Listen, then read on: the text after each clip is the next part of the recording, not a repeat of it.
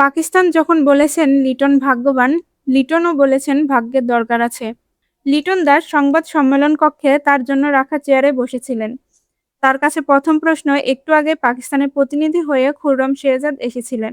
তিনি বলেছেন, আপনি নাকি আজ ভাগ্যবান ছিলেন। কথাটি শুনে লিটন মুচকি হাসলেন। উত্তরটাও সরালেন কয়েক শব্দে, ভাগ্যবান, ঠিক আছে, কখনো কখনো ভাগ্যেরও দরকার আছে। এরপরই অবশ্য ইনিংসটা নিয়ে লম্বা ব্যাখ্যা দিতে হয়েছে তাকে। ১১৬ রানে ৬ উইকেট হারিয়ে ফেলার পর ১৫৯ বলে ১২৬ রানের দুর্দান্ত একটি ইনিংস লিটন খেলেছে। তবে লিটন যখন ৫২ রানে, তখন তার গ্লাভস ছুঁয়ে বল গিয়েছিল উইকেটরক্ষক মোহাম্মদ রেজওয়ানের হাতে। কিন্তু পাকিস্তান রিভিউ নেয়নি।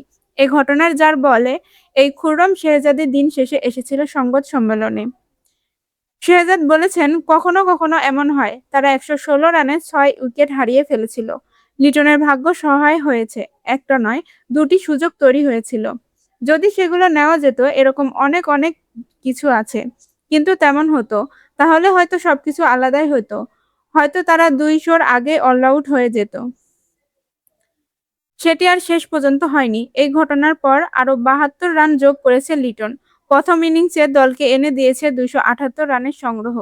তবে কাজটা যে একদমই সহজ ছিল না, দিন শেষে এসে তা বলেছেন লিটন। তার জন্য পাকিস্তান ফিল্ডার ছাড়িয়ে দিয়েছিল। রান করার কাজটাও কঠিন ছিল। লিটন বলেন, রানের চাপ সবারই আছে। আপনি যখন ফিল্ডারদের ছাড়িয়ে দেবেন, আউট হওয়ার সুযোগ কমবে। কিন্তু রান করার সুযোগ যদি দেখেন, আমরা কিন্তু পেস বলে ছক্কা মেরে রান করতে হয়েছে। খুব একটা সহজ ছিল না।